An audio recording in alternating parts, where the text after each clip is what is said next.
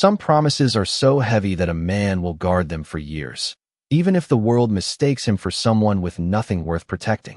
Olivia Bennet stepped out of the black SUV just as the late October wind swept across the rolling hills of Ashford County, Vermont. Behind her, 3 executives from Bennett Holdings waited with polished smiles and neatly prepared contracts, convinced this would be the easiest land acquisition of the year. Every surrounding property had already been purchased.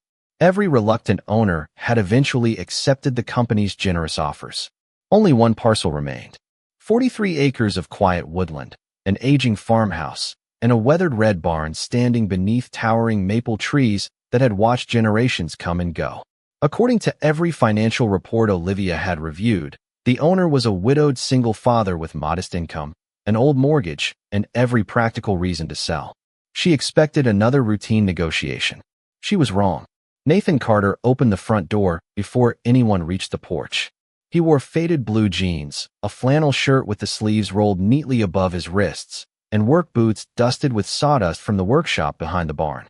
Nothing about him suggested wealth or influence. If anything, he looked like the kind of man successful people rarely notice twice. Yet his calm blue eyes carried the quiet certainty of someone who had already made peace with losing things money could never replace.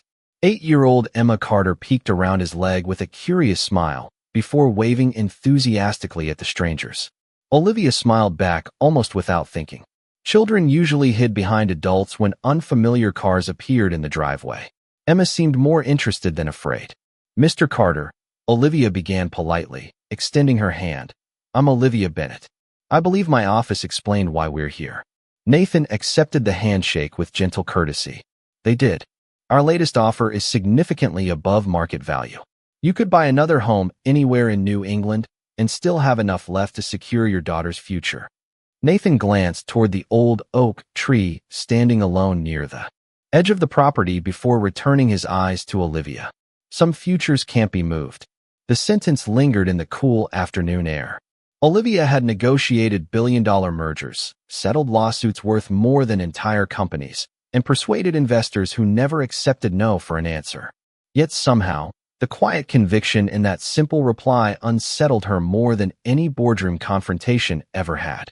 Before she could continue, Emma tugged gently on Olivia's sleeve. "Miss Bennet." Olivia looked down. "Yes. Daddy said guests should always see the house before they leave." Nathan hesitated for the first time. Just one heartbeat. Almost too brief to notice. Then he stepped aside. "If you'd like." Inside, the farmhouse smelled faintly of cedar wood, cinnamon, and old books. Family photographs covered one wall, most showing only Nathan and Emma over the past several years. No expensive decorations. No signs of luxury. Only warmth carefully built after loss. Emma skipped ahead toward a narrow staircase. "Come see upstairs. Grandpa said every old house has one room with the best stories." Nathan's voice followed immediately. "Emma." She stopped halfway up the stairs and looked back innocently. "It's okay, Dad." She disappeared before he could answer. Olivia followed, smiling despite herself. At the end of the hallway, Emma pushed open a weathered attic door. Dust floated through beams of afternoon sunlight. Covered furniture rested beneath white sheets. Shelves lined the walls. In the center of the room sat a beautifully carved wooden chest, untouched by time. "Daddy keeps this room locked," Emma whispered proudly. "But today you're a guest." She lifted the lid with both hands and carefully removed a small cedar box tied with a faded blue ribbon. "I think this belongs to you." Olivia frowned in confusion. "To me?" Emma nodded and placed the box into her hands. Slowly, Olivia untied the ribbon and lifted the lid. Resting inside was a tarnished military challenge coin, an old silver wristwatch stopped forever at 217, a faded childhood photograph of herself laughing beside her older brother Lucas at a county fair, and beneath them all, an unopened envelope. With her name written in handwriting she had not seen in nearly 9 years. Her breathing stopped. Her fingers trembled. The handwriting belonged to her brother, Lucas Bennet, the brother whose final belongings had supposedly never been found. 6 months earlier, the first morning Nathan Carter unlocked the front gate of the old farmhouse, the air smelled of pine, damp leaves, and fresh earth after an overnight rain. Emma jumped out of the aging blue pickup before the engine had completely stopped, racing across the yard with the fearless excitement only an 8-year-old could carry into an unfamiliar place. She spun beneath the enormous maple tree near the porch and stretched both arms toward the branches. "Dad, do you think it changes colors every fall?" Nathan smiled while unloading the last cardboard box from the truck. "It has probably been doing that longer than either of us has been alive." Emma looked toward the weathered barn standing beyond the garden. "Can we fix everything?" Nathan glanced around the property. The farmhouse needed paint. The porch leaned slightly toward the east. Several fence posts had rotted away. The barn roof would require repairs before winter. It looked like a place everyone else had forgotten. To him, it looked like somewhere life could begin again. "One piece at a time," he answered. That had become his answer for almost everything since losing his wife 3 years earlier. One piece at a time. During the following weeks, every sunrise began with the same quiet rhythm. Nathan woke before 6 o'clock, prepared Emma's breakfast, packed her lunch with handwritten notes tucked beside fresh fruit, and drove her 22 miles to the small elementary school in Ashford. He spent the rest of each day restoring antique furniture inside the old barn workshop, bringing cracked oak tables, worn rocking chairs, and forgotten family heirlooms back to life with patient hands that never hurried. His clients admired the craftsmanship, but very few knew anything about the man behind it. Nathan preferred it that way. He accepted only enough work to pay the bills and keep Emma smiling. More than once, neighbors asked why someone with his skill did not open a larger business closer to Burlington or Boston.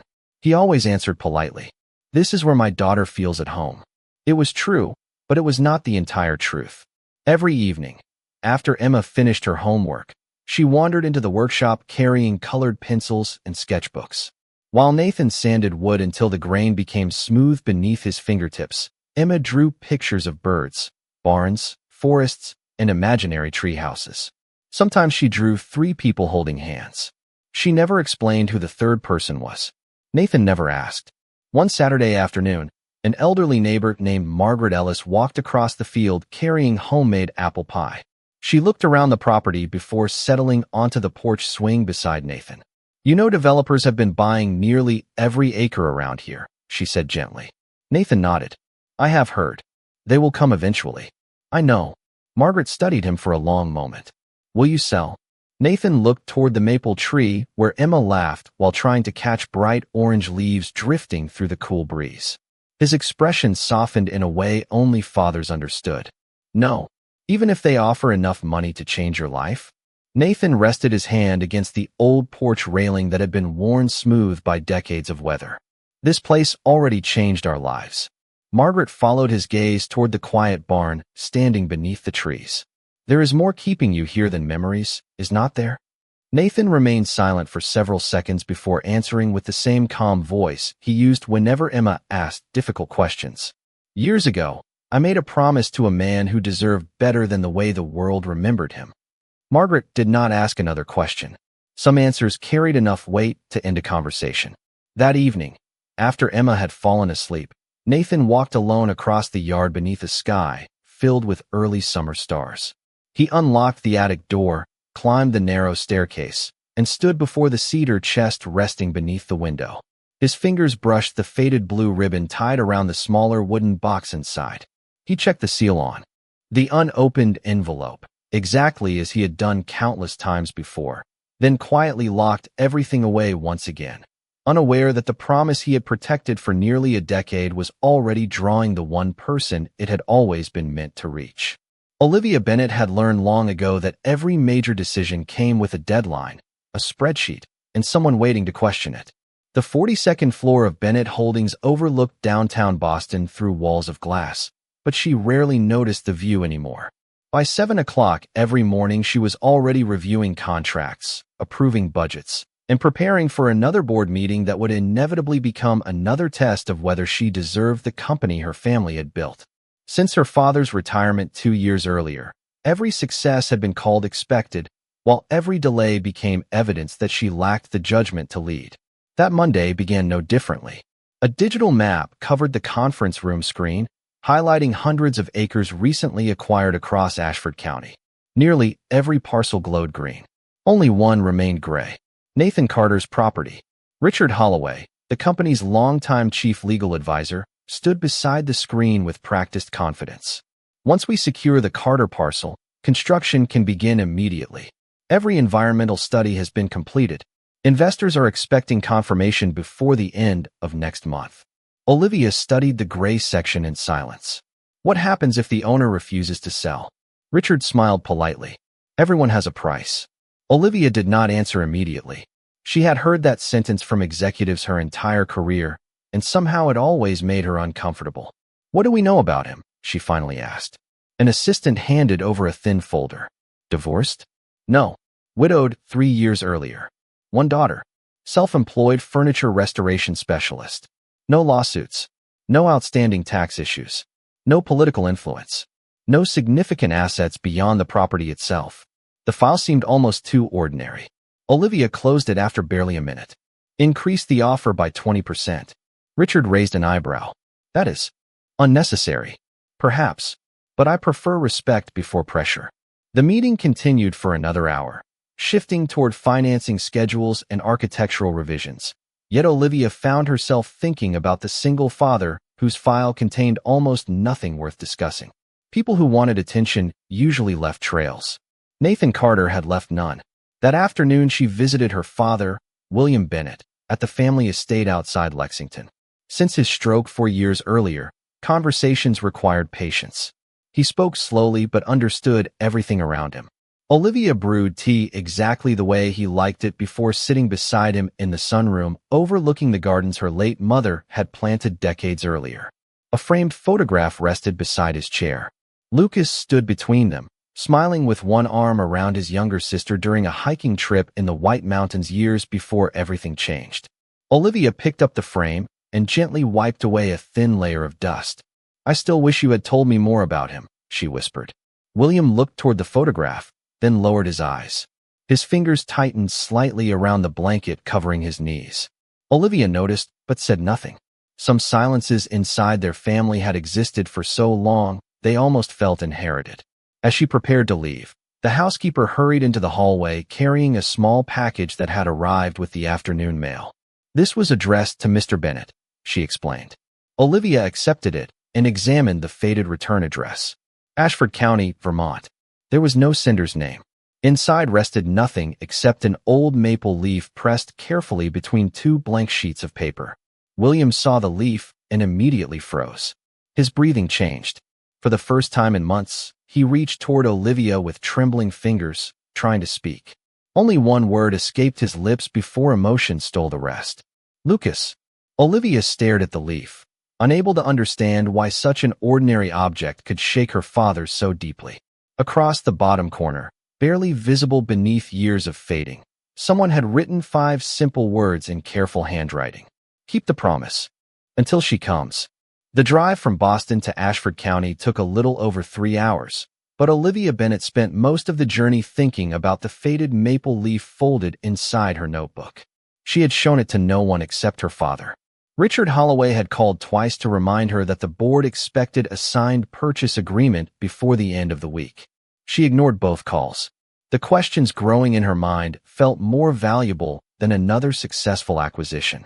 When the black SUV turned onto the narrow country road, the endless rows of maple trees glowed in brilliant shades of gold and crimson beneath the autumn sun. The farmhouse appeared exactly as she remembered it from the property report, quiet, weathered, and untouched by the rush that seemed to govern every corner of her own life. Nathan was repairing one section of the white fence while Emma sat nearby, painting smooth river stones with tiny flowers and birds. She noticed the arriving vehicle first and waved excitedly before Nathan even looked up. Miss Bennett came back, she called. Nathan rested the hammer on the fence post and offered the same calm smile as before. Good afternoon. Olivia stepped out carrying no folders, no contracts, and no legal documents. I am not here to negotiate today. Nathan studied her expression for a brief moment before nodding once. Then you should come inside. Coffee. She accepted without hesitation. The farmhouse felt warmer than she remembered. Fresh bread cooled on the kitchen counter, while cinnamon drifted through the air from a pie Emma proudly announced she had helped bake. Olivia found herself smiling more in the first 5 minutes than she had during an entire week inside corporate boardrooms. Emma placed 3 mismatched mugs on the table with careful concentration. Dad says matching cups do not make coffee taste better. Olivia laughed softly. Your dad might be right. Nathan poured coffee into each mug before taking his usual seat near the window overlooking the maple tree. He waited patiently, saying nothing. Olivia realized he never rushed another person into speaking. It was a quality she rarely encountered. She reached into her bag and carefully unfolded the pressed maple leaf. Nathan's eyes settled on it immediately. His expression did not change, but the silence between them grew noticeably heavier. This arrived at my father's house yesterday, Olivia said quietly. Do you recognize it? Nathan looked at the leaf for several seconds before answering. Yes. She leaned forward. Who sent it? He gently shook his head. I do not know. But you have seen one before. Nathan nodded once. Many years ago. Emma looked between them with innocent curiosity before quietly returning to her painting, sensing that the adults were discussing something important. Olivia slid the leaf across the table. The handwriting says, keep the promise until she comes. My father reacted the moment he saw it. He tried to say Lucas's name. Nathan lowered his eyes toward the worn wooden tabletop. His fingers rested lightly around the coffee mug without lifting it. Your brother loved maple trees, he said at last. Olivia blinked. The statement caught her completely off guard. How would you know that? Nathan did not answer immediately. Instead, he looked out the window toward the enormous tree standing in the front yard. Its branches moved gently in the afternoon breeze, scattering bright leaves across the grass where Emma chased them with quiet laughter. Because every fall, Nathan said softly. He told me that no matter where life carried him, he could always recognize home by the color of the leaves. Olivia stared at him in complete silence.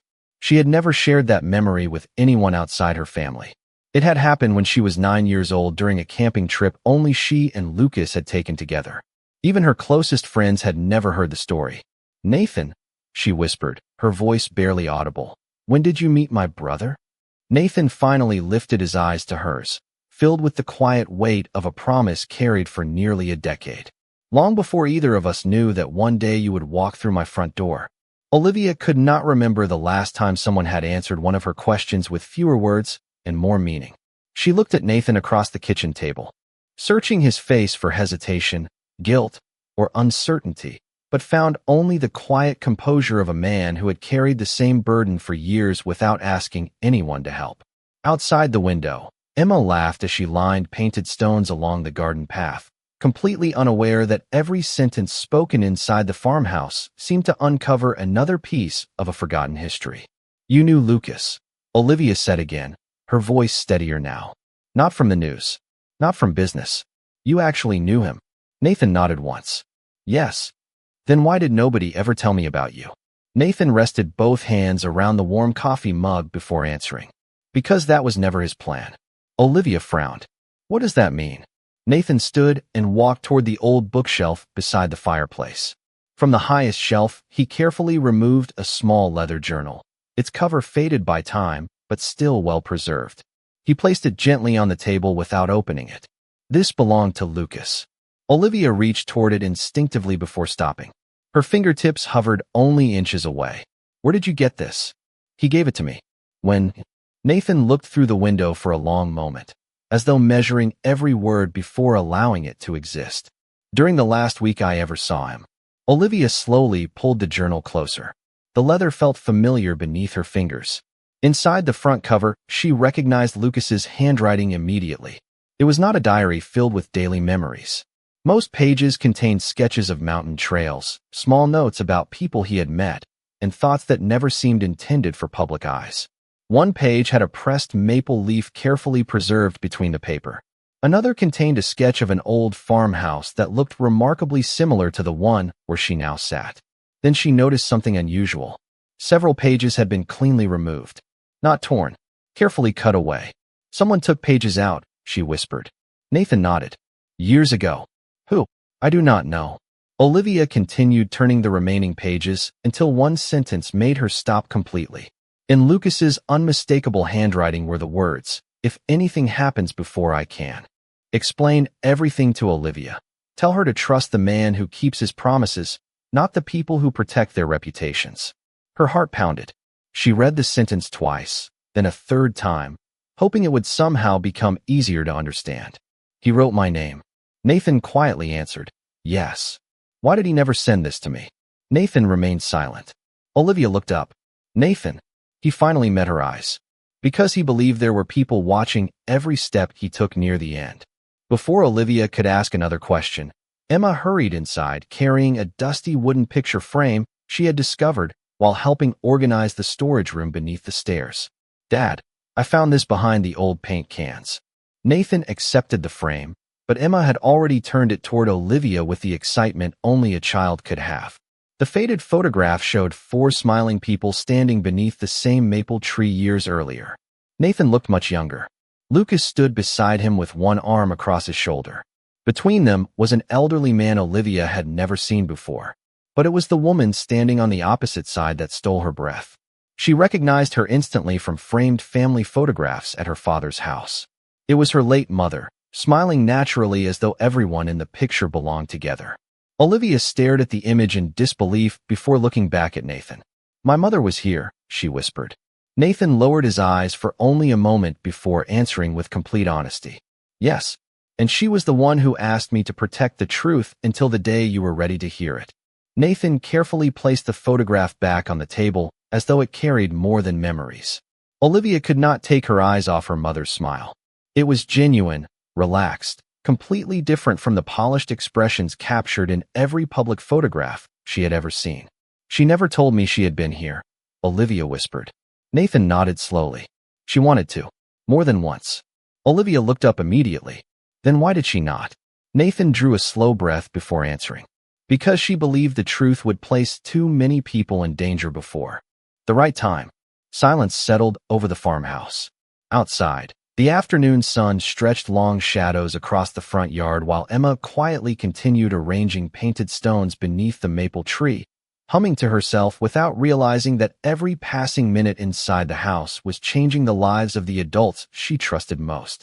Olivia folded her hands together, trying to steady the questions racing through her mind. Nathan, I need you to stop protecting everyone else for just 1 minute. I deserve to know why my brother trusted you. I deserve to know why my mother stood in that photograph.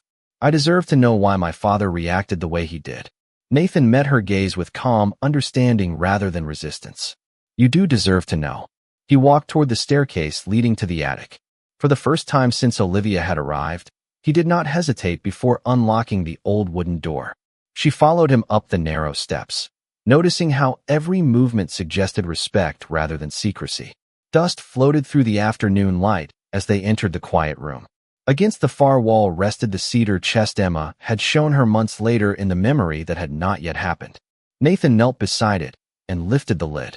Inside were carefully organized envelopes, military keepsakes, photographs, newspaper clippings, and several small wooden boxes, every item preserved with extraordinary care. Lucas asked me to keep everything exactly as he left it, Nathan said softly. Nothing added, nothing removed. Olivia slowly knelt beside him. Her eyes moved across the collection until they stopped on a folded road map marked with blue pencil. Several hiking trails circled the surrounding mountains, but one location had been outlined 3 separate times. What is this place? She asked. Nathan looked at the map. It was where we first met. Olivia turned toward him. Tell me. Nathan remained quiet for several moments, as though replaying a memory that had never truly left him. 9 years ago, I was volunteering with a mountain search and rescue team after leaving the army. Lucas joined one weekend because he wanted experience before applying for a conservation program. We spent 3 days helping families stranded after severe storms closed several trails. During those days, we became friends. Olivia listened without interrupting. Nathan continued. He never introduced himself as the son of a wealthy family. He never spoke about business. He cared more about helping strangers than talking about himself. That was the Lucas I knew. Olivia smiled faintly through growing emotion. That sounds exactly like my brother. Nathan reached into the chest and removed a small compass with Lucas Bennett engraved on the back. On the final evening before we separated, he handed me this and said something I have never forgotten. Olivia waited silently. He said, if the day ever comes when my sister stands where you are standing now, give her every truth I could not. Tears gathered in Olivia's eyes, But before she could respond, a sharp knock echoed from downstairs. Emma's cheerful voice floated up the staircase. "Dad, there is a man in a suit here asking for Miss Bennet." Nathan and Olivia exchanged a quick glance before walking downstairs together. Standing on the front porch with an expensive leather briefcase and a practiced smile was Richard Holloway. His eyes immediately locked onto the open attic key still resting in Nathan's hand, and for the first time since Olivia had known him, the confident attorney looked genuinely alarmed. Richard Holloway recovered his composure almost instantly, smoothing the front of his tailored navy coat before offering the familiar professional smile that had reassured investors for decades. "Miss Bennet, I apologize for arriving unannounced," he said. "The board has been trying to reach you all afternoon. We have several documents that require your signature before tomorrow morning." Olivia stepped onto the porch, closing the distance between them without taking the briefcase he extended toward her. "You drove all the way here for paperwork?" Richard smiled politely. "For a project this important, I believed it was appropriate." Nathan remained beside the doorway without speaking. Emma stood quietly behind him, holding the small paintbrush she had forgotten to put away. Watching the adults with innocent curiosity, Richard's eyes drifted toward the staircase visible through the open front door before returning to Olivia. "I hope I am not interrupting anything important." Olivia answered calmly. "Actually, you are." For the first time, Richard's smile weakened. "Nathan has been helping me understand a few things about my brother." The attorney's expression froze for only a fraction of a second, but Nathan noticed it immediately. Years of restoring delicate antiques had taught him that the smallest cracks often revealed the greatest weaknesses. Richard laughed softly. "Lucas has been gone for many years. I cannot imagine there is much left to discover." Nathan finally spoke. "Sometimes the truth simply waits until someone is ready to hear it." Richard turned toward him with the same polished courtesy he used inside boardrooms. "Mr. Carter, I understand you have become attached to this property, but surely you realize delaying this project benefits no one." Nathan answered without raising his voice. "I never delayed anything. I only kept a promise." The words settled heavily between them. Richard looked directly into Nathan's eyes. "Promises can become expensive," Nathan replied, "only if someone is trying to buy them." Olivia watched the exchange carefully. She had known Richard Holloway since she was a teenager. He had attended family dinners, corporate celebrations, and every important meeting after her father's retirement. Never once had she seen him appear unsettled. Yet now his fingers tightened around the handle of his briefcase. Emma quietly walked toward the maple tree before suddenly calling back toward the porch. "Dad, look what I found." She bent down near one of the large roots and picked up a small brass object that recent rain had partially uncovered beneath the soil. Nathan accepted it from her and gently brushed away the dirt. It was an old brass key with the initials L.B. engraved into its surface. Olivia's eyes widened immediately. That was Lucas's. Richard stepped forward much too quickly. "May I see that?" Nathan did not hand it over. Instead, he turned the key over in his palm, noticing a tiny engraved number beneath the initials. 27. Olivia looked from the key to Richard. "Do you know what it opens?" Richard answered too quickly. "No, it is probably nothing important." Nathan quietly looked toward him. "Interesting." Richard frowned. "Why?" Nathan slipped the key into his pocket. "Because I never said it opened anything." The attorney fell silent. Olivia stared at Richard, suddenly realizing he had assumed something that had never been mentioned. Before either man could speak again, Emma tugged gently on Nathan's sleeve. "Dad, is that the same number that was written on the old map upstairs?" Nathan looked down at her, then back at Olivia. Richard's face lost what little color remained. Olivia noticed it immediately. "There is a map with the number 27?" she asked. Nathan slowly nodded. "Yes." Olivia's voice became firm. "Then we are looking at it right now." Richard took one step forward. "Miss Bennet, I strongly recommend we leave this alone." Olivia met his eyes with a calm determination he had never seen before. "No, Richard. I think this is exactly where we begin." As Nathan reached into his pocket and wrapped his fingers around the brass key, he finally understood why Lucas had insisted the truth remain hidden until Olivia arrived, because the secret buried beneath this quiet piece of land had never been about money, and someone standing on that porch already knew exactly where the final answer had been waiting all these years. Olivia did not take her eyes off Richard Holloway as the quiet afternoon breeze carried maple leaves across the front yard. For years she had trusted his advice without question, believing he had always protected her family's interests. Now every hurried answer, every interruption, and every attempt to steer her away from Nathan's farmhouse replayed in her mind with unsettling clarity. Richard adjusted his tie and forced another composed smile. "Miss Bennett, this entire situation has become emotional. I understand that. But business decisions should not be influenced by old memories or sentimental misunderstandings." Olivia answered calmly. "This stopped being a business decision the moment my brother's name entered the conversation." Richard opened his briefcase and removed a thick folder. "If you sign these documents today, construction can begin immediately. We can preserve this tree as a memorial if that would help." Nathan remained silent. Emma looked from one adult to another before quietly slipping her small hand into Nathan's. Olivia noticed the gesture. The little girl was not frightened. She was simply reminding her father that he was not standing alone. Olivia slowly closed the folder without reading a single page. "There will be no signatures." Richard's voice became firmer. "The board will not accept another delay. Then the board will have to accept my decision." Richard stared at her in disbelief. "You are willing to risk your position over one piece of land?" Olivia shook her head gently. "No, I am willing to protect the truth, whatever it costs me." The attorney's expression hardened for the first time. "You do not know what you are walking into." Nathan finally spoke. Neither did Lucas. He walked anyway. Richard looked sharply toward Nathan before lowering his voice. He should have listened. Olivia immediately caught the wording. "Listen to whom?" Richard realized his mistake, but answered too late. "That is not what I meant." Olivia stepped closer. "You knew he was investigating something before he disappeared, did not you?"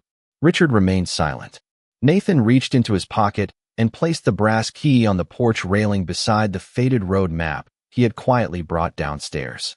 Olivia unfolded the map and immediately found the handwritten number 27 marked beside an old stone well at the northern edge of the property.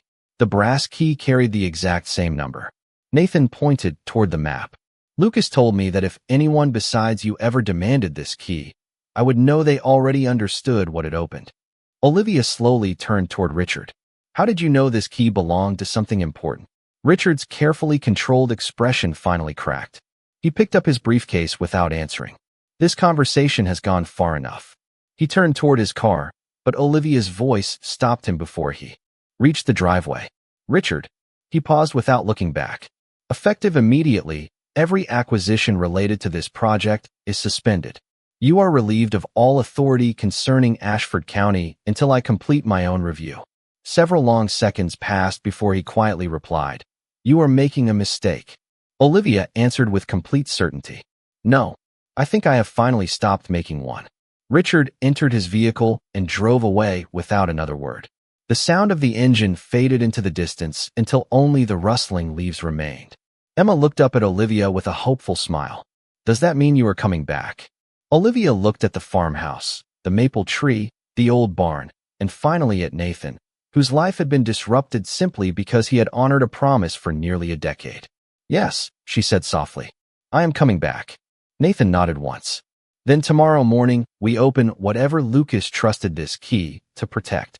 As the evening sun disappeared behind the hills, none of them noticed that, far down the empty country road, another vehicle had quietly stopped beside the tree line, its unseen driver watching the farmhouse before slowly raising a camera and taking a single photograph of the porch where the brass key had just changed everything.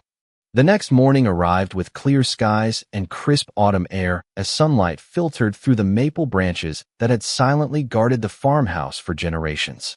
Nathan, Olivia, and Emma walked together toward the old stone well marked on Lucas's weathered map. The brass key rested in Nathan's hand while Emma carried the folded map with extraordinary care, determined to help because, as she proudly said, every important adventure deserved one brave kid. Hidden beneath a flat stone beside the well was a small iron lockbox, its surface worn by years of changing seasons. Nathan inserted the brass key. It turned smoothly, as though it had been waiting for this exact moment. Inside rested a sealed envelope, a leather document case, and a handwritten letter addressed simply to Olivia. Her hands trembled as she unfolded the letter. Lucas's familiar handwriting greeted her once again. If you are reading this, then Nathan kept his promise, exactly as I knew he would. If life allowed me to tell you everything myself, I would have done so. But if it did not, remember this above all else. Never judge people by the stories that protect powerful reputations. Judge them by the sacrifices they quietly make for others. Tears filled Olivia's eyes as she continued reading. Lucas explained that he had uncovered evidence proving several corporate land acquisitions had relied on concealed environmental reports and misleading legal advice years before Bennett Holdings ever became Olivia's responsibility. He had begun gathering documents because he believed the company could be rebuilt with honesty instead of silence.